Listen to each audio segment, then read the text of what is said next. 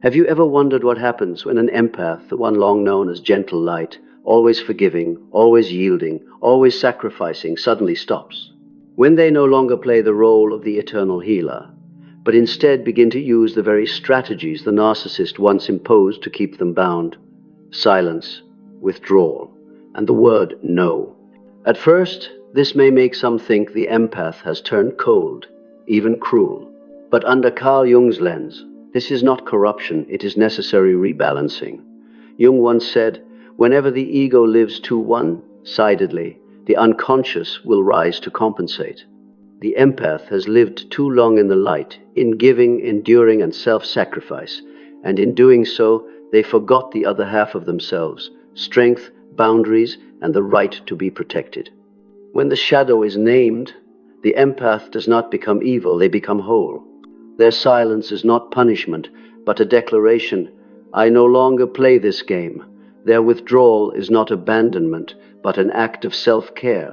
Their no is not indifference, but an affirmation of inner sovereignty. And in that very moment, the narcissist's entire play begins to collapse. But to truly grasp why something as small as silence or saying no has the power to shatter the narcissist's world, we must look deeper. For what is unfolding is not just a change in behavior, but a turning point in psychic structure. This is the moment when light and shadow within the empath meet, creating a new power, a power that forces the narcissist to confront the emptiness they have avoided their entire life. For many years, the image of the empath has often been painted as an eternal flame that never goes out. They are the light bearer, the comforter, the one who embraces lost souls. If someone falls, they lift them up. If someone rages, they soften their tone to soothe. If someone despairs, they become the anchor to hold on to. On the surface, this image is admirable. It radiates safety, nobility, kindness. Yet the more society praises it, the more society unconsciously locks them into a single role: the savior. In that role, the empath has learned to treat the pain of others as more important than their own needs. They forgive even when their wounds still bleed, believing their suffering to be an essential part of love. They bend themselves over and over, sometimes to the point of losing their original shape, just to make sure the other does not feel hurt. And bit by bit, they allow others to cross boundaries that should have belonged to them alone. Carl Jung once warned, when the ego becomes one-sided, the unconscious will rise to compensate. One-sidedness. That is the key word to understand the empath's tragedy. They are not evil, nor are they weak, but they have lived only half of their human nature, the half of light. They identified themselves solely with noble qualities: compassion, patience, sacrifice, and in that identification, they pushed all opposing traits into the shadow: anger, the need for rest, the right to say no, the longing for freedom. All were branded as selfish, cruel, unworthy, and thus they were buried. At the unconscious level, an underground battle begins. On the surface, the empath smiles, speaks gently, extends a helping hand. But deep inside, another voice grows louder. The voice of exhaustion, of injustice, of repressed rage. This is the psyche's compensatory mechanism, an immutable law in Jung's view. When light is pulled too far in one direction, darkness will rise to restore balance. Here we find a sharp paradox. Those considered the kindest may fall into the deepest abyss, because the so-called goodness they sustain is not balance, it is one-sidedness. Jung once said, light that is not balanced by its opposite becomes a fire that consumes the torchbearer. The empath is a living example of this. Endless kindness, limitless endurance, boundless compassion, all eventually turn into a hidden fire that burns them from within. Picture this: a companion who always carries your pain for you. At first you are grateful, but over time you grow accustomed to it. Then a narcissist arrives, someone skilled at turning kindness into fertile ground for control. The empath, in their one-sidedness, becomes the perfect prey. They believe love means endurance. They think unconditional forgiveness is the highest virtue. They feel guilty any time they dare to think of themselves. And within this maze, the narcissist easily transforms their compassion into chains. Yet here lies a cruel truth few dare face. The empath is not imprisoned by the narcissist. They are imprisoned by their own one-sidedness. The narcissist merely exploits the void, taking the strength the empath voluntarily abandoned. On a deeper level, this is not just about a single relationship. It is the tragedy of distorted psychological development. In Jung's language, as the ego matures, it chooses certain values to identify with, in this case, kindness, forgiveness, tolerance. Other values, such as power, decisiveness, the ability to refuse, are pushed into the shadow and branded evil. The result is a person who appears radiant but is, in truth, only half of a being. And the rejected half, by law, will seek to return. We often see this return in painful forms: a nervous breakdown, a bout of depression, a relationship that collapses without apparent reason. These are not punishments from the outside, but calls from within, from the part of themselves they abandoned.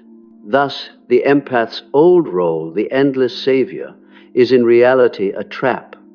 It offers the illusion of nobility, but binds them in one-sidedness. It makes them appear heroic to others, but leaves them a victim in their own life. It brings them external respect, but robs them of inner wholeness. And that is why the moment the empath begins to recognize this one-sidedness is profoundly important.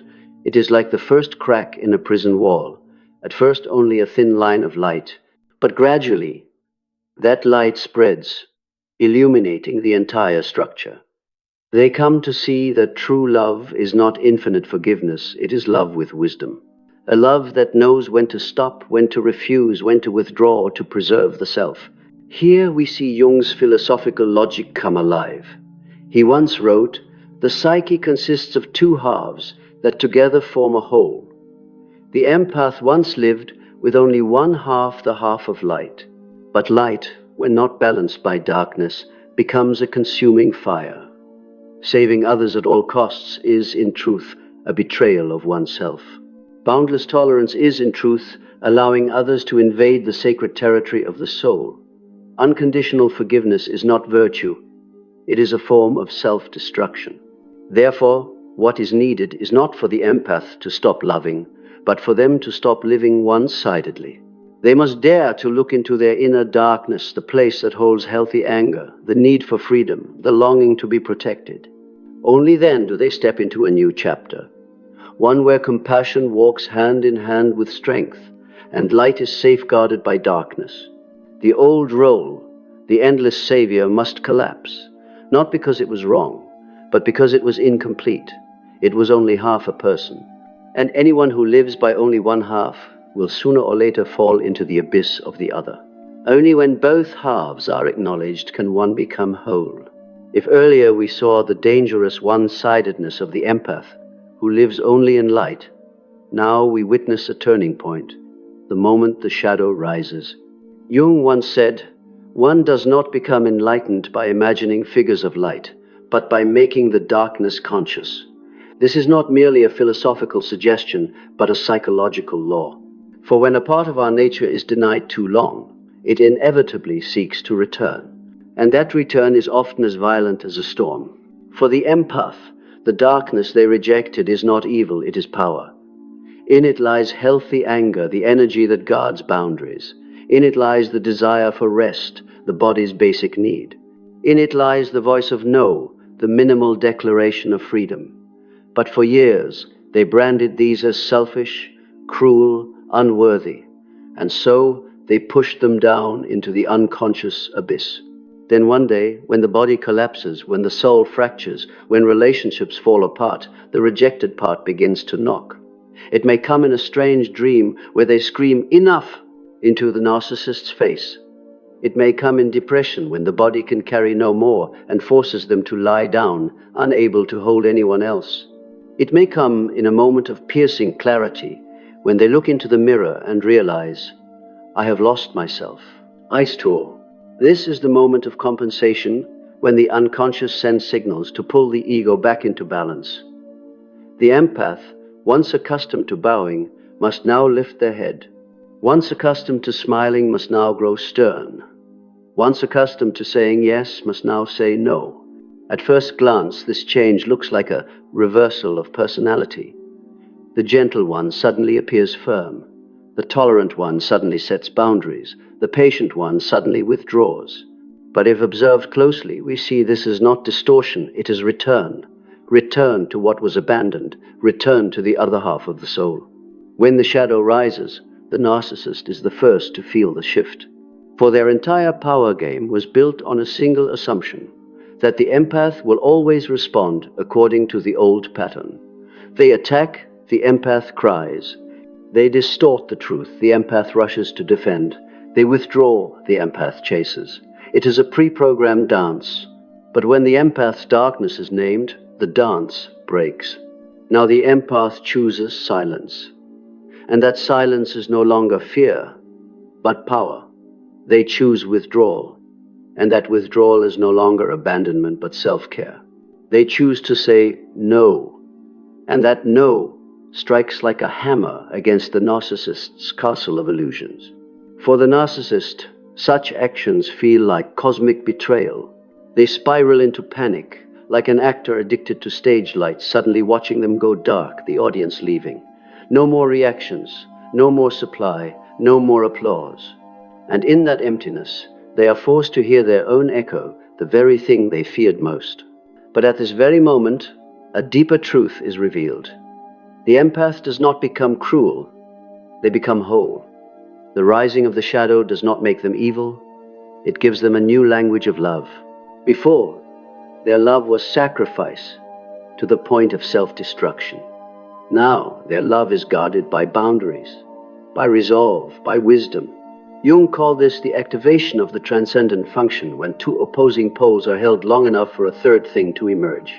The empath no longer lives in the either-or pattern, either loving or strong, but begins to live in the both-and pattern, loving and strong. This is the turning point of individuation, when light and shadow join hands to form a whole human being. Imagine this. In the past, when the narcissist distorted the truth, the empath would rush to explain, desperate to restore fairness with words. But now, they choose silence. And that silence is not helplessness, but a declaration. I will not play this game. Once, when threatened with abandonment, they would panic and chase. But now, they withdraw. Withdrawal is not fear. It is self-respect. Once, when faced with unreasonable demands, they would concede. But now, they say no. And that no does not only reject the demand, it rejects the very illusion of power the narcissist clings to. This is the core difference. Intention and level of consciousness. The narcissist uses silence to manipulate, withdrawal to control, and no to punish. The empath, after integrating the shadow, uses silence to protect boundaries, withdrawal to restore balance, and no to affirm inner sovereignty. Outward behavior may look similar, but the moral depth is entirely different. This is why, when the shadow rises, the empath does not descend to a lower level, but ascends to a higher one. They do not mimic the narcissist. They transform the very gestures once abused into an art of living with order. And this art not only frees them from the old script, but also opens a new trajectory for future relationships.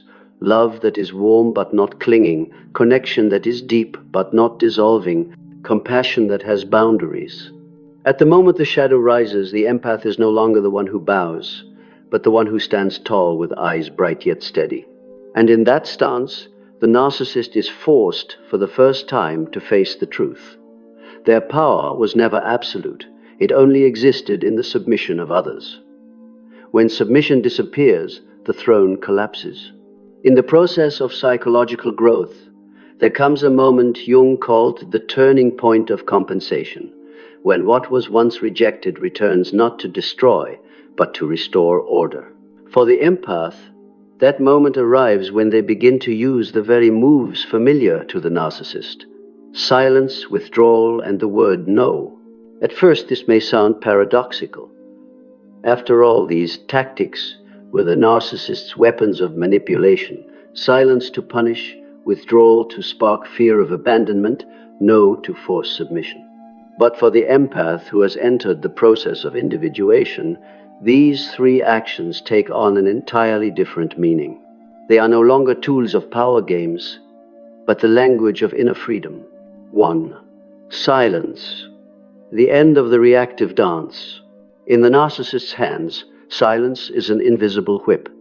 It leaves the victim in anxiety, endlessly guessing what they did wrong. In the mature empath's hands, silence becomes a declaration. I will not play this game. When the narcissist distorts truth and clouds the air with accusations, the empath no longer scrambles to argue for justice. They fall silent. And that silence cuts off the familiar dance, the dance in which the narcissist exists only through reaction. Silence here is not punishment, but a psychological container, a vessel that holds the tension of opposites. Within it, the empath learns to bear contradiction without rushing to fix it, creating the space for new wisdom to emerge. This is the foundation of what Jung called the transcendent function, holding opposites long enough for a new form of life to be born. R. Withdrawal, the act of self-care. In the narcissist's hands, withdrawal is a lever of control. They turn absence into a knife, provoking panic and pursuit. In the mature empath's hands, withdrawal is an act of kindness toward the self. It is a pause that frees the nervous system from constant alarm. It is space for the body to recover, for the breath to return to its natural rhythm. At its deepest meaning, withdrawal is the creation of inner space so the ego can reconnect with its center. Stepping out of the spiral of drama, the empath listens to the body, the heartbeat, the knot in the stomach, the tension in the shoulders. From that listening, they reclaim their authority. They no longer react to another's rhythm, but live by their own. This is not abandonment, it is the minimum requirement of a healthy soul, the right to private space. 3. No, the thunderclap that shatters the illusion of power. Perhaps no word haunts the narcissist more than no. Their entire world is built upon the consent, concessions, and compliance of others. Every nod from you, every time you accept the cost, is another brick in their false throne. But when the empath utters a firm no, the entire structure collapses. This no is not indifference, nor is it hatred. It is the symbol of psychological sovereignty. It says, "This part belongs to me, and I will not allow anyone to trespass." It sets the boundary between me and you, between love and depletion.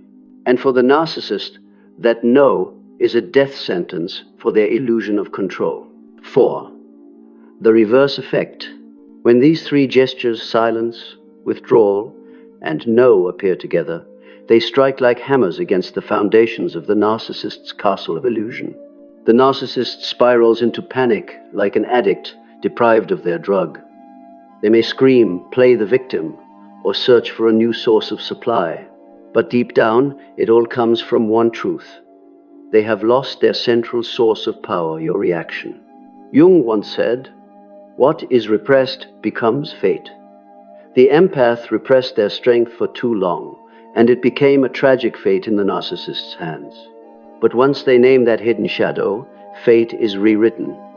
They are no longer puppets in someone else's script, but the authors of their own lives. If the narcissist's entire life is a theater play, then the empath's silence, withdrawal, and no are the moment the stage lights go out. And the cruelest thing for the narcissist is not being hated, it is being ignored. For their spotlight never came from within. It always came from others' reactions. When the audience leaves, they must face the raw truth. Without watchers, they are nobody. In Jungian psychology, the narcissist is a living example of an inflated ego that survives through the persona, the mask crafted to manipulate and attract attention. But a mask, however elaborate, only works as long as others believe in it. For years, the empath was the mirror that gave the mask its power. They yielded, they believed the lies, they reacted with tears, fear, and pleading. These very reactions were the fuel feeding the narcissist's illusion of power. Yet when the empath steps away from the stage, the play collapses. no participants, no dialogue, no one to twist. The narcissist becomes like an addict without supply. They scream louder, accuse more, invent bolder lies, yet the only answer is stillness, and that stillness is the invisible blade that severs the strings of control. On the unconscious level, this is even more terrifying. Being ignored does not just strip away the audience.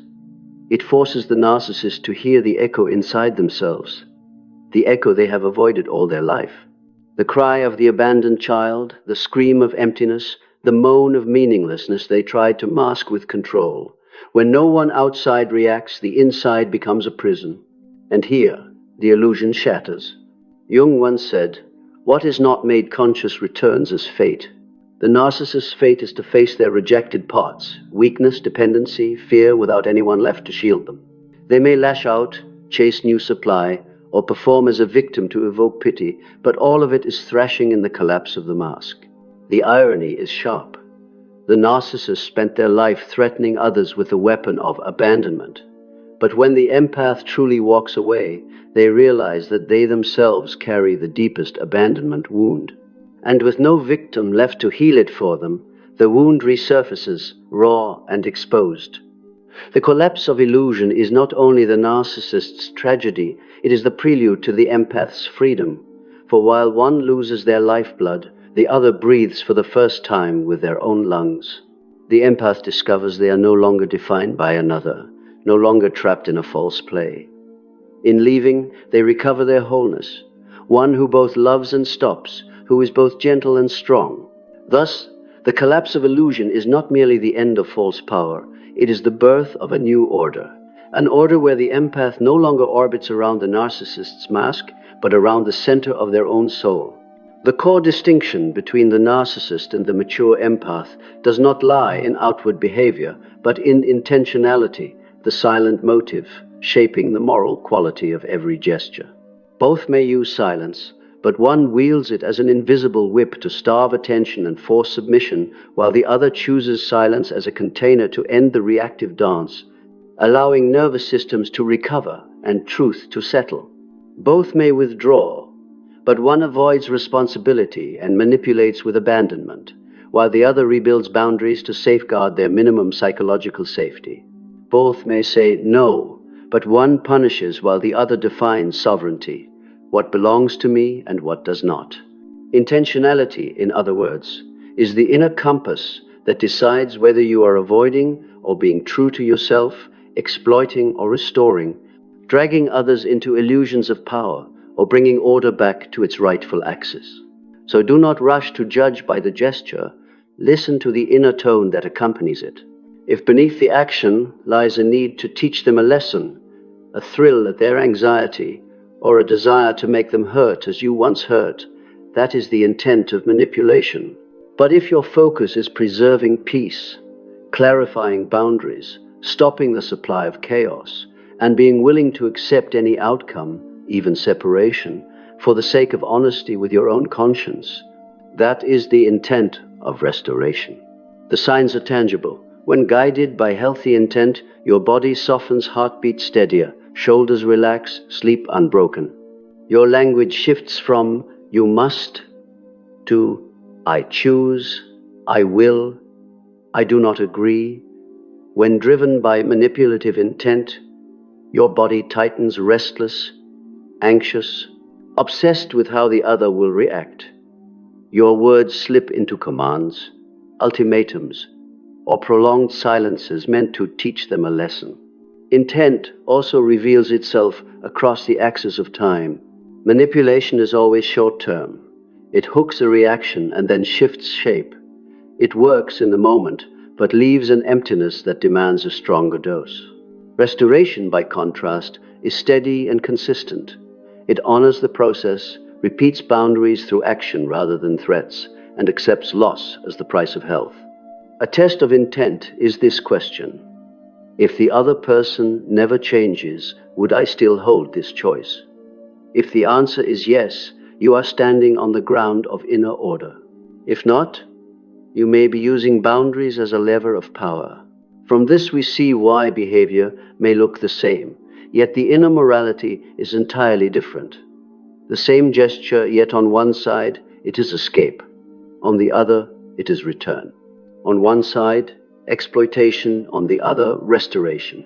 Intent transforms tactics, once abused, into an art of living, the art of setting limits not to win or lose, but to preserve dignity, the art of silence not to punish, but to end a game that is no longer healthy, the art of withdrawal not to abandon, but to return to center where love can exist without self-betrayal.